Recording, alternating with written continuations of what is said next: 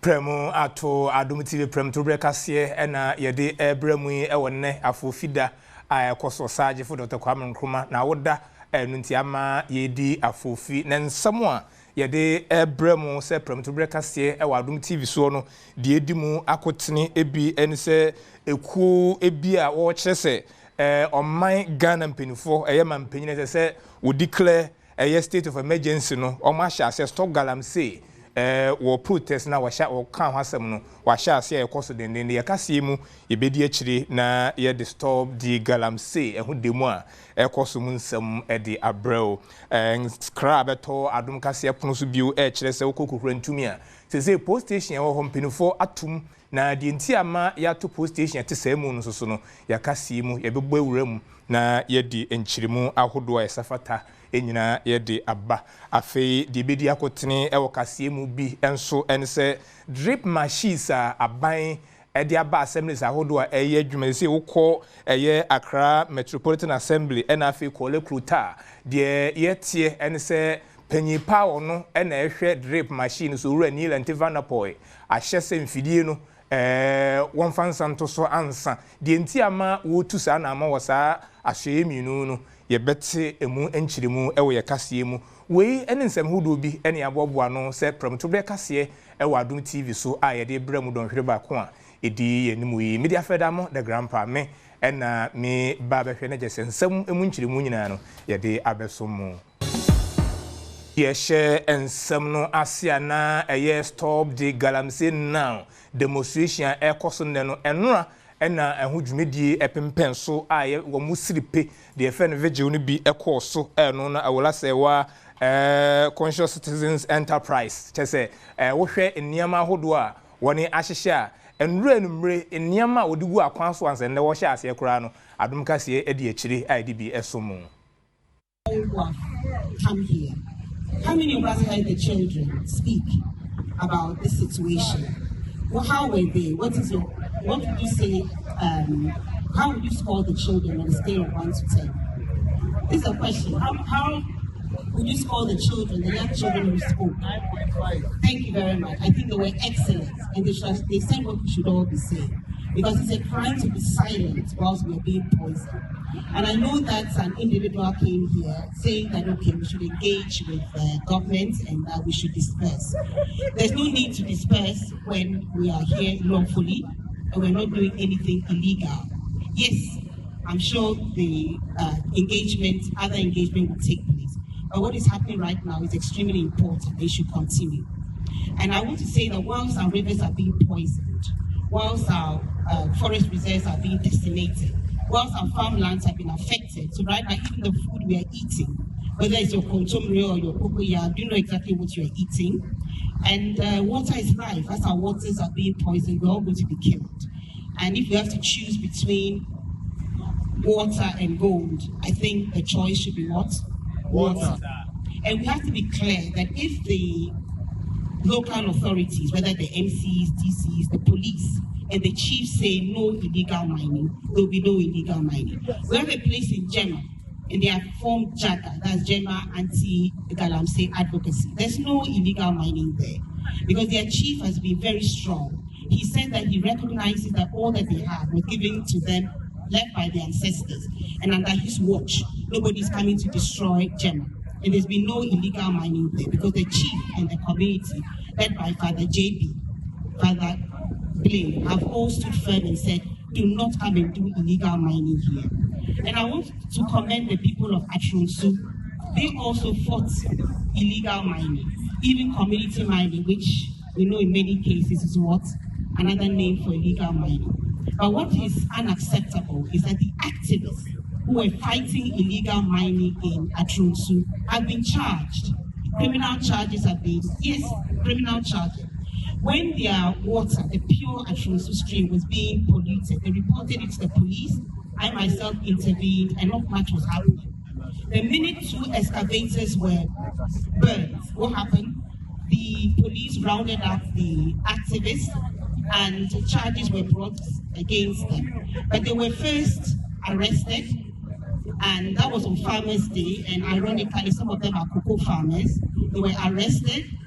and we are sure that they will be granted police bail, but they were not granted police bail. They were rushed to court. The court refused them bail. They were kept in custody for, I believe, about 4 nights, because it was a Friday. Courts don't sit on Friday nights. They didn't sit Saturday. They didn't sit Sunday. And then it was only during the week that they were granted court bail after our lawyers got there. So it's a travesty. It's a travesty that those who are fighting this terrorism taking place, this environmental terrorism, they rather are the ones who are being incarcerated. And those who are, funding the excavating. Ewo galamsey kunyi emuno woni a ehwe anaso wo ye kire se aban entu ho na ma no bi kasa se state of emergency dwumedi a duduo na ka ho asem se aban de ba ma galamsey kun no wi mu de ne payo no abesa aban twetwe na nas because ohunu se mpinifo bi a ese tu abanfo no ase nsam ese wo kam no kura kire ma aban ho hia se otu sa na ma no na wonye na de ekoso de wo bo enjo so kra. To remind you that the people reporting to you that we are making progress in our fight against galamsey. Mr. President, I'm sorry they are lying to you. Mr. President, if anybody comes and tells you that there's no need for a state of emergency, there's no need for anything to stop galamsey, to fight galamsey unapologetically, they are lying to you, Mr. President. Just last month, Erastus Asaridonko of Joy News was at Al Jazeera, the listening post. Mr. President, we beg of you to please go and watch that. He said, and I quote, "It seems galamsey is a PR gimmick. Don't fool the youth of this country by making galamsey a political weapon." My fellow youth who are here, I am proud of you. We are not here in our numbers, but the few who are here, each of you represents 1 million other youths. The best birthday present we can give to our founding father, Osajifo Dr. Kwame Nkrumah, the African of the millennium, is to be present here and tell the government that the very foundation His Excellency Osajifo laid is dying. There is no country that can survive with resources but without water. Basic economics will tell you and I that water is a commodity that has no substitute. Ewo galamsey ho ye kire ekoso ho nsensem na mu no na woni edi animu ye kire ka ho nsem bi di atudwe se de ekoso no man ni nyina ye edi nti na ma woni tu sa na mo ne mu manya amanyoku bi na ehye ochi se won tu sa na mo ne mu se de be ya galamsey tu betwa magane nsu ne niam akoyi nti na ma wo tu sa na mo we.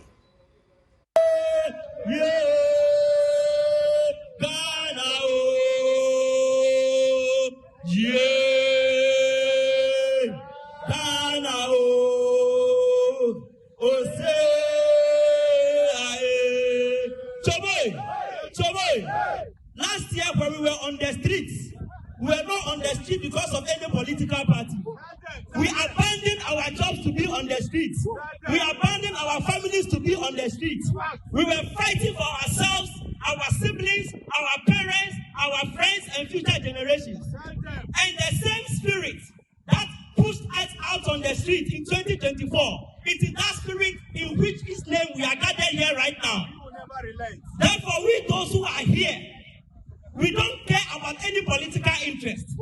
because water can never be partisan. Never. Good food can never be partisan. Never. Environmental common sense can never be partisan. Never. And that is why I am surprised at our president. Mr. President, Your Excellency John Dramani Mahama, we voted for you because you presented yourself as the beacon of hope. Yes, but the trajectory that you are on, you are becoming a disaster too quick. The truth must be said, and the truth must be said once and for all. The psychophancy that has surrounded our political leaders, that psychophancy must be demolished and abolished right now. We will it now. Mr. President, you have a clear majority. You have a clear majority to just table the review of NI 246.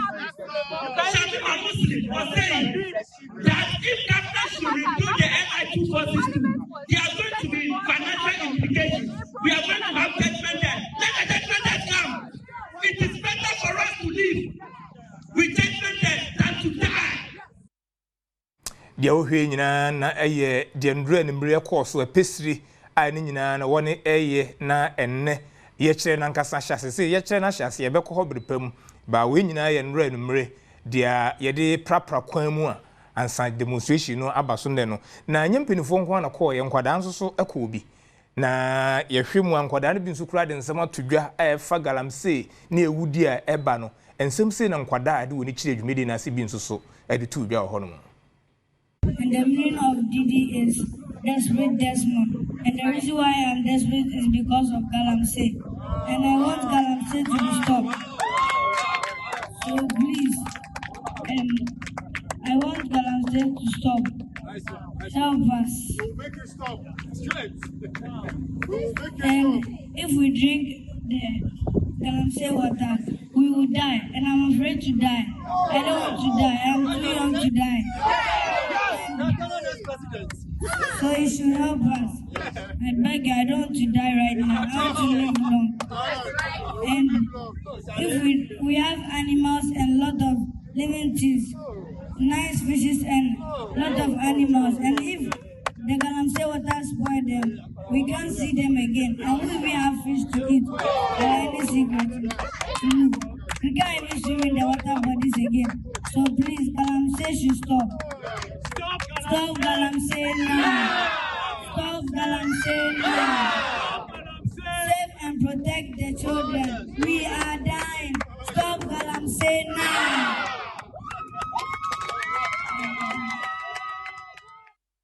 Ora miracle abwaje eye penye okasa ma Dr. Mahmoud Bawumia no nto abo a wo bo no na sede Ghana fu nyina ye omanim sem no galamsey ade bi a edi omaninya amasese kokonya ako a biaye a wodanda nsu ani monim penye bi num no sese wato sa biaye mu ne no na owura miracle abwaje ede nsentwerefo akọhọ akọhwe de ekoso ne no nkasa mu no wo kire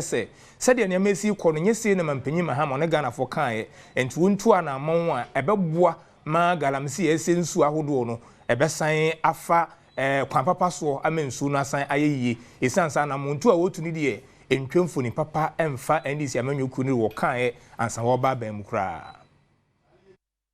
One central function mu yo de share so e wa kuna akonya ko water treatment plant no na ne bota nyina ene se Pema Ghana de share na central fu hunu se de galamsey no esi fedi bone o sampota ne emu konya ko treatment plant ya ye kan ho asemi onyansuo de firi ayen sunsuo ne emu na so nam se galamsey e koso e wo no papa m nti no enya sunsuasebo ne wonsuo so sampota ne emu abra Dennis Miracle Saboaje ene central fu edi nkomo no ore to Ghana ban wanim se en menemu ya na ho hia sa ban ne betumi de nhie bia ba galamsey eto betwa wo man yemu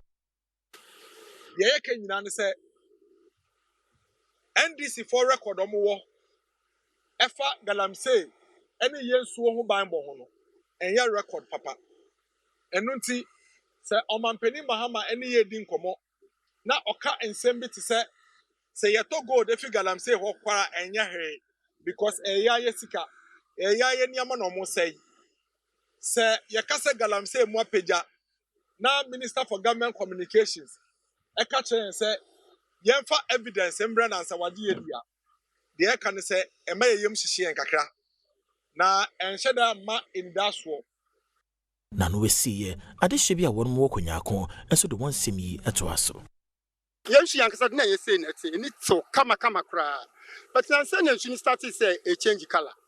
ti tracy ya na ehu say wo mutu galamsey wo eastern region ho baby na affect but I wish young area me ha aguna yisia this year chimfo no a baby ani a wotu galamsey okwa ne mesa na bia bi twa dware na me kwa akosa bura no yesa wo nsuo we n'echi ekwan no wa moa na wo mo no omo ewu sana me dia ron so me dia kum sana me dia dware ndi bia sana me yen se ebe ha me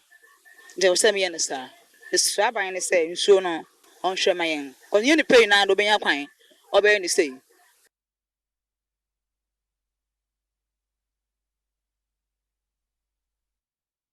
ewo eye galamsey ku ene eho eye yekire ahodo a ekoso no na enumu ena panyipa ona kasa na se media relation officer Emma Ministry no owura Premtobre scandal of the ababetudwa se de omanfo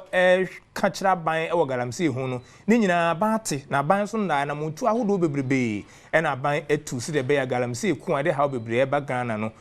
tu ebetwa enti omanfo nte ase se de wo kan no nyesa abada ne muniem bebre na ban de egu akwan ma wo hwe se galamsey ku no obetumi etu ase. So the Ministry of Lands PR is here, stand up. You've showed up. Why have you showed up at this protest today? Well, my presence here is basically to express solidarity, because indeed this particular exercise is drawing attention to a very relevant national issue. Indeed, government takes the issue of illegal mining very seriously. The President of the Republic, His Excellency John Dramani Mahama, equally takes it very seriously, and the Sector Minister Emmanuel Amakufikwa equally takes the matter of illegal mining very seriously. In fact, I flew down from the Western region the entirety of last week. We've been in the Ashanti and the Western regions, which are predominantly mining enclaves, to assess, the situation across certain places. That is how come I'm sure the news went out that the minister himself was on the Ankobra River. But I have to fly down this evening to express solidarity with this particular exercise. And so we are happy with this particular move, because it goes ahead to tell the entirety of the country that mining is indeed an environmental threat, and for that matter, beyond this advocacy, the government is also working assiduously around the clock, and very soon our forests will become green and our waters will become blue again, due to the raft of interventions being masterminded by the Sector Minister, the Honorable Emmanuel Amakufikwa. So you don't accept the premise or the claim that the government is not doing enough, but you say that you're actually doing enough, which result will be seen in the coming days? Absolutely. The truth of the matter is that, like the Sector Minister Emmanuel Amakufikwa indicated when he engaged the press in the Government Accountability Series, the fight against illegal mining is a marathon and not a sprint. And so we may not be able to immediately deliver absolute results. However, we are doing our best. What we have done so far is sufficient, but really there is more to be done, and we are committed to doing more. Thank you. Die o hwe nyina ye die na mpenifo de papra kwam aba enne ye kire no ekoso me kire stop galamsey now protest no na sisi am no kase nkra ye amane bofo ato abre yen ene se dwumedie ne ekoso ye kire no ekoso a wo mache akodu Jubilee House ampenifo ebeje won krata na wati ensem ye nua salasi edi woni a ye kire ne tidi ate se omadu spanner wo tetakwahiro na about hono entima yenko salasi ho ne yenhwe se de dwumedie ne esi eko na ombo hwamane salasi sa wote yenka ehe ne maduro na niam nso ekosen nso The baby pimu ewo spanner ewo encrement mo hase eben akramo yenyina yenim sane galamsey sensem ekoso ewo omai mu ene sane afaso ese yensuo ena afi yenkwa ebretu ene niam ahodo bi a aka eno nam so am ekuo bi e fro won se democracy hub ene ahodo bi e ka ho akeka won hubo ma won sem nyina na se obeti egummonten so na oye kire ahodo bi a wono mo ye emfi a etwa mu no wono mo asan aye bi mu e de ama aban ye hunu se galamsey ne guso a ekoso ewo hanom sei na so mende Adom Kasee e de emfide bepie mu e wo hanom se ya ebra na anapa no wotwe abo wonom de tudwa se anapa no wotwe e no de wonante ne be hyehye so e de afri eye spanner e de kwakopie mu e wo eye Jubilee House anim wonam so ama ye bepie mu e wo e hanom se na bra ye bepie mu ha no na nipa ne nhyeda no so nti ayese omo ba ayese omo ma na so kakan kakra enipa ne bi eba ebeka ho a ama wonom etime edoso kakra ama nante ne e hye ase anapa ebra no 1050 boy and I want more esha won nante na se amprempren de asa nante no enko nam so ama wonu guso e wo spa na hase ya wo hwe ba kopie mu wo Jubilee House no de wono mo ensem e de akokoto aban yi anim enti ye behwe na wo bepie mu haso so a aposifo ewo hanom se ya wono mo ebo ban yentimi kan kra aposifo be se duasa de wono mo ewo hanom se ya wono mo ebo ban ewo hanom se na awon wo kan se ba emofra ewo hase ye bisa say Adrian Kwana Mofrey one so ewo hanom say madam please what are you doing here? I'm here to fight for the children's future. You see these little children? They have a pregnant mother at home. A baby is coming to join. What water is that baby going to bath in? Have I got money to import water for it to bath with? The water coming from the tap is galamsey water. We all know it. Accra, all the water is contaminated, full of pollutants. That is why we are here. I am here today to fight for the children's future. Me, I'm not fighting for my future. My future is the grave. I've accepted it. But they have a future that we have to fight for, and it is not bright. It is not bright. So what are you calling on the government to do?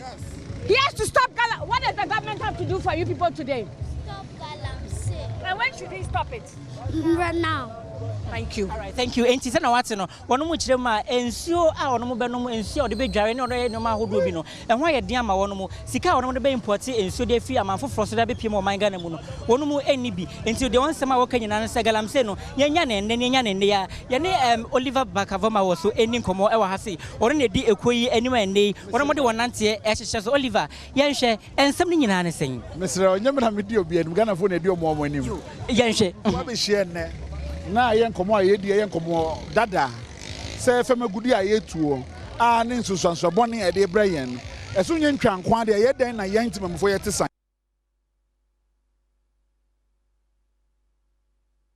ano nya se agro ne ye di se nye se ne fenti ne ye sori aye begina ha se be ntuma be aye ewia be hye yensa no nye se bia ne pe nti ne agina ha se bibi ha ye nti galamsey na nkofo tu na ho nsusuanso bone no ye pese sutwa eno nte agina ho ne maybe say mo timelines bia mo de ma ban say onye bibia na ase ye di poison egu nso mu na obi num na wo bisa ne se nti nso no pese wo no ma akosi da ben ne ye nyan ma me nya ka ntwa so ne bibia ni wo a esise yi a ye betwetwe yan nan se Oliver na e ma wo time se mrebi but ye me pese metimpo ne se abafoforo na ye koto dada na ye koto ye no ye koto se galamsey no hususancho no ebejai membese za kokoto abafoforo biom na galamsey yesa beka galamsey ho asem nti ebeye bia ebetwa so ne no ye ntwa so yo enti wate wase ade bibia ebeye ti metwa so no ye nya na ye ntwa so obepiem wa ha se ya aposifo pina enegu ase omohwe se obetumi aboban wa ha se se na medika kan ne yentimi nkan kra de posifo be se aduasa de wono mu nyina gu ohwe se obetumi aboban wa hanom se obepiem wa sa nkofo pina ne kra placards a enema hodo na wono mo atwetwere gu so ebenu mu kire se galamsey ne wono mu enya ne enne ne enne ya wono mu ni timelines bia wode ma aban ebi se ebibiman ya se nyina ya kabo mu like enema ne de che se edoso enema no edoso ye be se benya nipa foforo bi so ne ne wono mu edi nkoma bisa won so se ede enti na wabeka ye ho pani yema wakwa ba ma Adom TV was my busy yo ya hwe se benya afoforo bi so ne wono mo edi enkomo ewo ehanom ese ya enti sana aye no hwa wo short ni ma placards ni bi ne krakra omanfo no obi say irresponsible mining is destroying our forests, farmlands and water bodies. Your silence means you support their atrocities. Evil breeds when good people keep quiet. Enti ne mane de edoso pa enti obepiem wa ha se ya ene ma ekoso e wa ha se no enti ebedi nsem no echi na de bekakọ wie bia no so yemfa ens kame yetiefo ene yahwefo enti obepiem wa ha se ya ensem a ekoso e wa hanom se eno no medin ene Selasi amo Selasi ena yete ne nka no stop galamsey now ena ekoso no ye toa ensem no eso na enkra abeto Adom Kasee pono so eche se kokokro bita nimpa be sensia ena epepra sanso ena nimpa nan so according senseme e wa posifo nsem ni nyina ne se posi ni bi e wa firi kokokro bite osusu se one taxi driver bi akoko na no ena nam so asasem we si Adom Kasee de akire adi mu nkiri mu eto so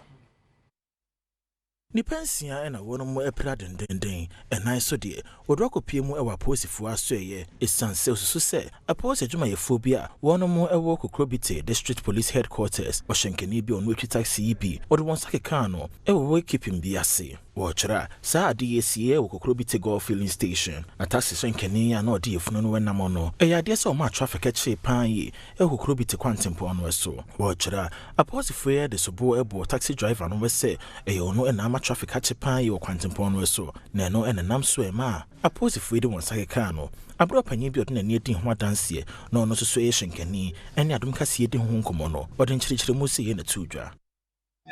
nyame Adom ya nyadom ba omnyam kongo kumi ɔhyɛ ni issue no ɔbutu nsaba nti no bigi me ho no ana ɔse yɛ nkɔsiafoɔ yɛ bɔ branka yɛ obi taxi ana ɔyɛ yɛn police no even sapon ɔno ɔtiti ɔmia me kon ɔkokoro bi police station me be police ni say na wayɛ den na sesi a me ni gina ha na mo de ankɔpa agu ni nsa den na wayɛ ho na police ni na yi we no okita dwanhoma bi o sɛ we no ɔde atwa me no wa ponche ma no na me si ade obo me Kukurantumi police for enwumle biala omukuta mpontiba ebegina DVL anim ho omuchichi motos ne ka nti se wuti motos so na ye janu enje na omde mpontiba na bow nti that time no ye beto wo mo ho pe nti omu so ho na block na omu dimlika na omde aba na kuta onu hwehwe ye cars ne mo omde hwehwe ye cars na aba na bi na omde hwehwe cars nti ode hwe car ne ma na driver na se bisa se o aban adai na ode ahwe nipa no so ni tirim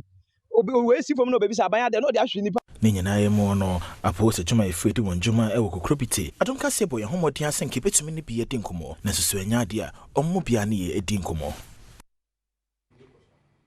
yɛtoa ensɛm no ɛso ana Kukurantumi ɛne yɛduro yi enkra yɛnsa ka ɛkyerɛ si aposi adwuma no ato Kukurantumi police station mu ne nyinaa ne sɛ ɔmanfo no akoto ahyɛ station no so a ɔgye sɛ na nya asɛm ketewa kora nti sɛ de aba ɛne sɛ mpinifo atomu a ana muntu ahodo bi egusu a opese woye no woye ansoasan abibi Adom Kasee de akyire a yede mu nkyiremu eto aso Apoyamantam no police command edin krataba betudwa won mu ekyiremu a enam semabuno bi ya won mu ewo Kukurantumi ekoto ehye Kukurantumi police station eso apoyamantam no mo nentino IGP wa sharp wo sejuma yefo ewo hono mu nyina se won mu to police station mo na wonfiri ho na nhwemu a won mu eye ne danadi ede kire won mu se ebobosume ne dan na toso aduno ba kwa fimpinu aduno enum ne mu no mabuno bi a won mu Kukurantumi ekoto yehye aposifo a ewo Kukurantumi police station eso na wode bo boroboro won mu ya na ebi mu krampo de na opesi oja wo mu na kotwaja ede to police station ni mu sanse on many people of friend say bright ya aposifo kire no se wadi bone ya wasanso ko wiwi na mabia na ensem fata no ne kopie mu community hospital no Kukurantumi no ya ade se amane bo beto odwa na ya kire se wahwere ne nkwa nti ba se mabuni koto ede hye aposifo so honom no ntempa no ofra aposi dwuma yefofofro se wonfo wona ne nkire mu honom se de be ya betumi akwakoboa wo mo anuanom no ahwe ama asomdua fa ne tuma pa efra anso wono mo a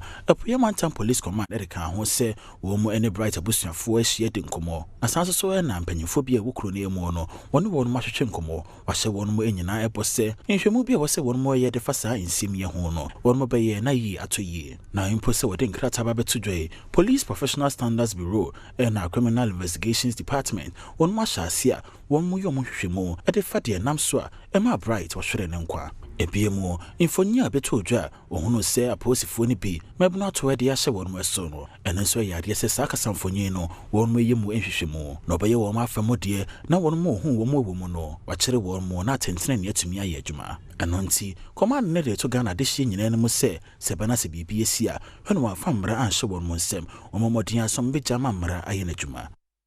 Adom TV Premtobre Kasee na ugusu a wo hwe ye gina we so atonkra ye ba nsem hudo pi wachire a de beto aso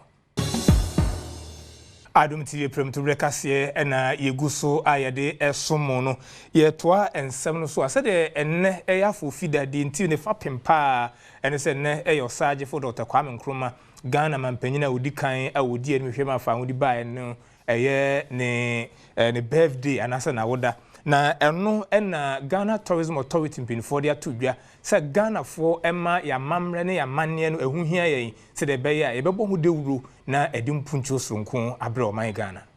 Esan so man Dr. Kwame Nkrumah ye di na woda nintino Ghana Tourism Authority wodi nkuranshe ma Ghana de hye nyina se abre bia no man ya mamre na mane aye wo no ye hwese ebetumi abo ho dehuro ne besan so so adan di esan se eju afahye ebra ye ho senka bomu etumi bo man ye mo ye no so betumi didi mu a edimpuntu aba abra CEO ma Ghana Tourism Authority maamiefo a woni nsentwerefo de ho nkomo wo kire mu se wono mo any creative arts industry aka won mo ntoma abomu a ode cocktail jumede hye so no ho se nipa dodo na efra maama hodo so ede won ho ahyemu a ode hye Dr. Kwame Nkrumah enimonyam Ethiopia no yeye tourism for me na just say uduma ka ho na Ghana chine the tourism, we have tourism without Kwame Nkrumah Mausoleum. And then we have a program called Journey to Congo. Name minister, and then the deputy efforts that program. Then you are home almost celebrating Kwame Nkrumah birthday. Now you another event, a very Festa. Festa is so a program here. Over your African country, Ghana 10 now a program here. Africa United culture, they display your culture to make us one. They will say, their culture is unique, just amongst ourselves, but I'm not seeing a unity here. As one more, or sudden sim ye can home. Yeah, Adom Festa. Near Pasho Bia said, guest here Festa program, Yamanayiko. Nemo, Kwame Nkrumah birthday, Jomo Baya, among ye MD Kwame Nkrumah birthday, and not today, then you know,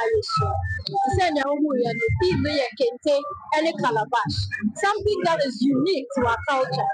Kente is very unique to our culture. And our calabash is so, and only a new, and on a GMPA, and on a so a fire. Ninety, the prayer program, Kente and calabash. To tell everybody, say, culture continues and culture unites us. Yetwa ensem so na adanse huruyi ena yedri Savior Church asafo ewo oman Ghana mu na wetu anamo bia wochese osi ayasabia ewo adanse huruyi betumi afa nimpa besa hanum 500 no ena NDC dwemtireni owura asiedun ketia ayesa obama omo cement no bag no makomako apim se de beye ni so ade hu we betumi abemu wantumi ankode ne nso so owura ba chemfo kugire mu a otu sa na mo no ma no. National Chairman Emma NDC Yamanyuku Washebo Sayabia the Savior Church of Ghana Wonomo AC Ewo Yezono or the cement bags in Pem and the Bema Womo or the signing Simia to Jawabra Berchamfo ya on AND Samanyuku Deputy Ashanti Regional Secretary Ekojina ND Samanyuku National Chairman Johnson Sedun Ketiana Moa Jumediana Wodin or the one who wish shame wepi Johnson Sedun Ketia NDC National Chairman Jumedi to be Obasi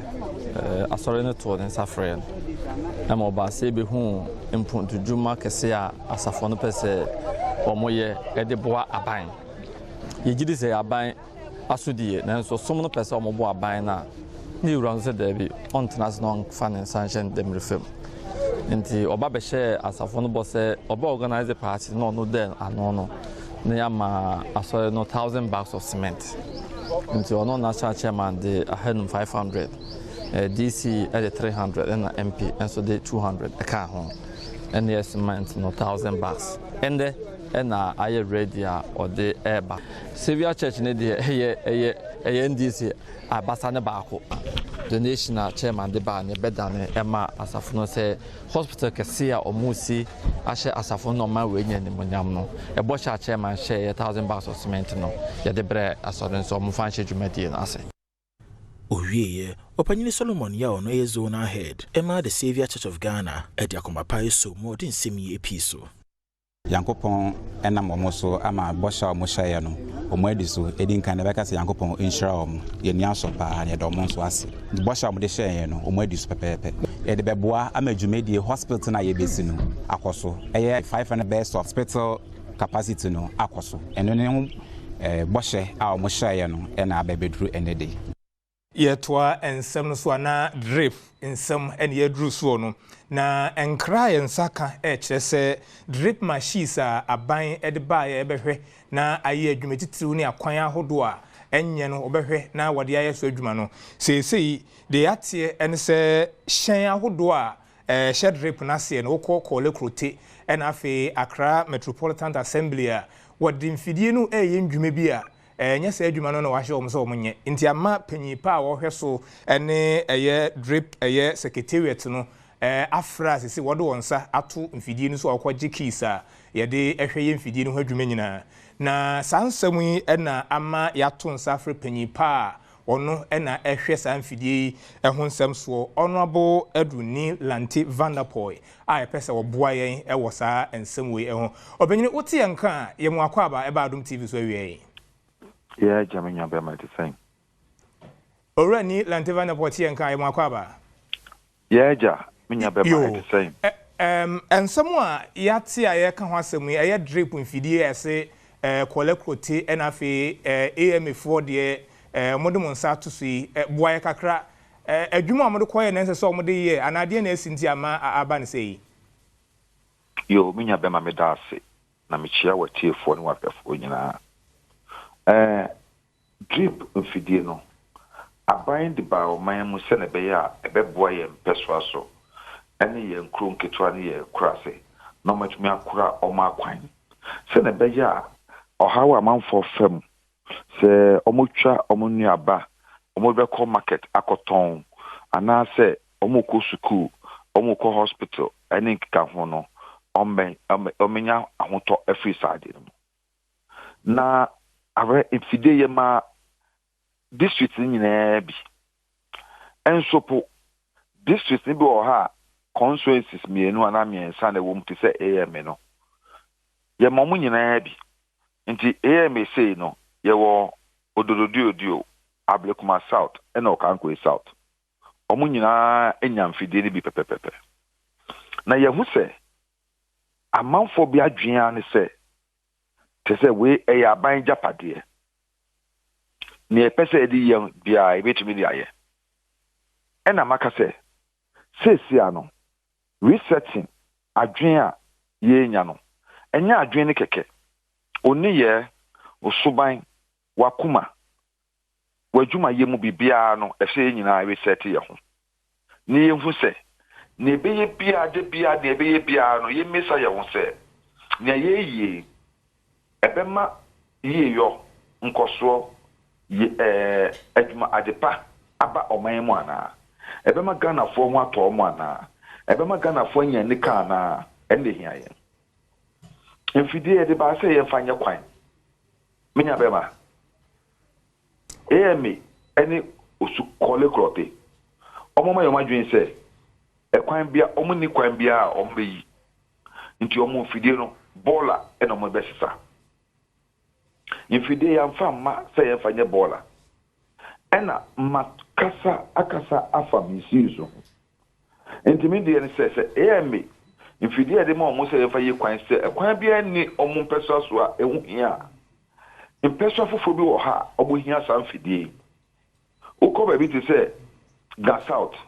ga central Ponkatamanso efija kwa abre any other places a omo hia mfidie no omo de mo no adwuma e wo ho efso mo ye no afide na enso nti yenyaa anka ba ko kan ho ama omo but mintwa no ba membusa we mintwa no de adwuma na omo de koye no eye bola na omo de kosesa no eye assembly bola esese omo na eye ho adwuma nti bi eso nkom ko hafidie e na omo de koye eye e na e bi afidie na e bi anhyehyɛ ho se yemfa nkutu bola nti na ama ho aba asemu ya na se ankura bi na be han ya omo agiska e bi ama aban ho ntina ma ehun aba asem no Debbie AM any call it adwuma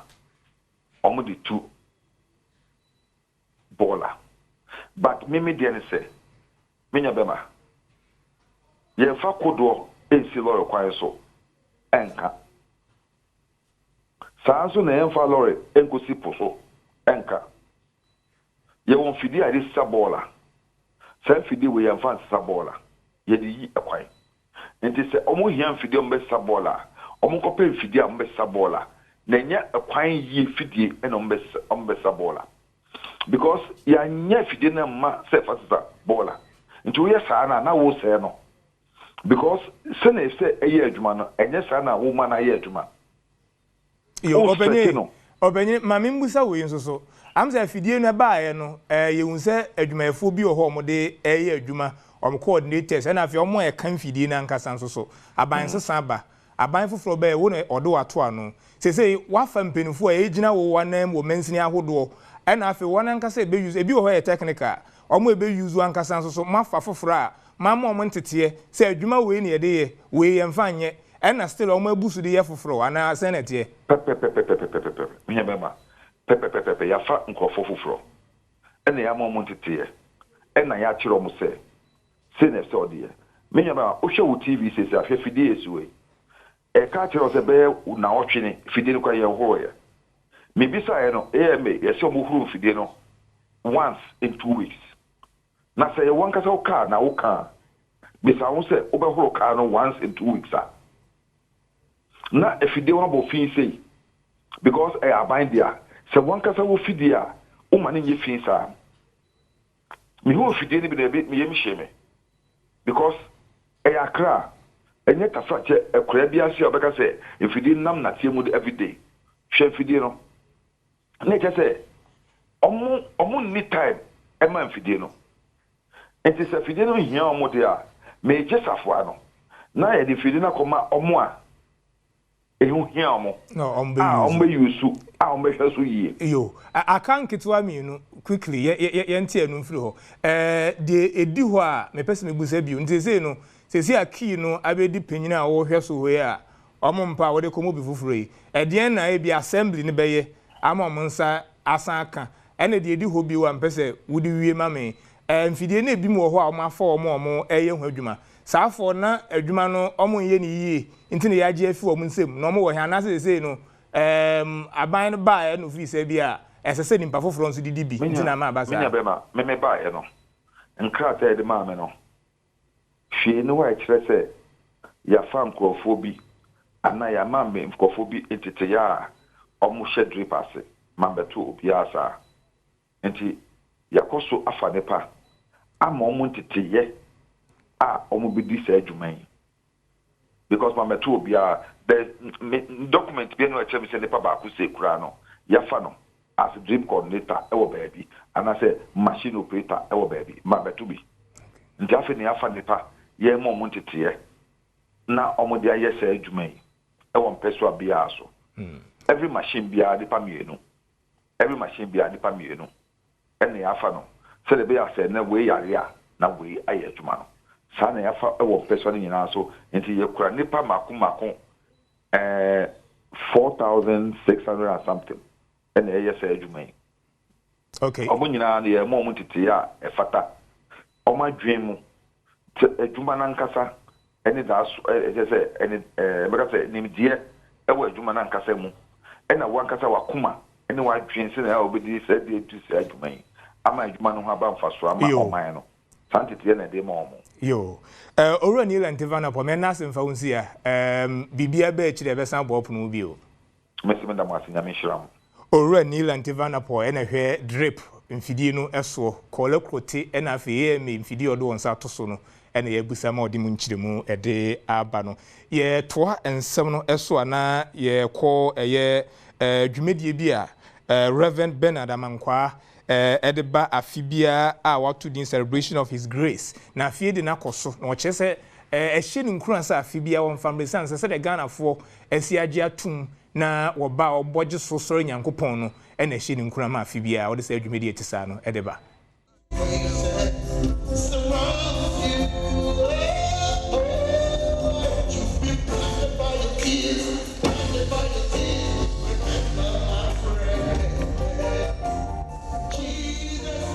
Another a Bobo Sumene da neto studio no ba kwa fimpin wadu no wenum ne emu no Reverend Bernard Amankwa ya wo eye Premtobre Kasee wo my Ghana emu but the celebration of his grace Jumedi atosudum wo chihye so e wo National Theatre in Kukurantumi ne emu na se Jumedi nipa bebre na de wo nani echire mu hono mu a ode won ho ehye mu abra Reverend Bernard Amankwa woni Adom Kasee di nkomo ode sane semi na tudwa sane ebeka ne se eye Bruni Bekase more fulfilling because afibia unya dofo emo mutimi tu omuka ene omo nante na omoba na omo bebom ni nya yedi ehemu ni emanya meso a na je say eyade a eso nyame ani and I know say people are living here with much testimonies and I know na ebeda nyame ase say wama bibia ba awie pa na obi a ofri bia so ani age enya just enyum keke but I mean him say testimonies be brave be di echi na no we see atwumtufo bi nso ekopie hono mo eka de so say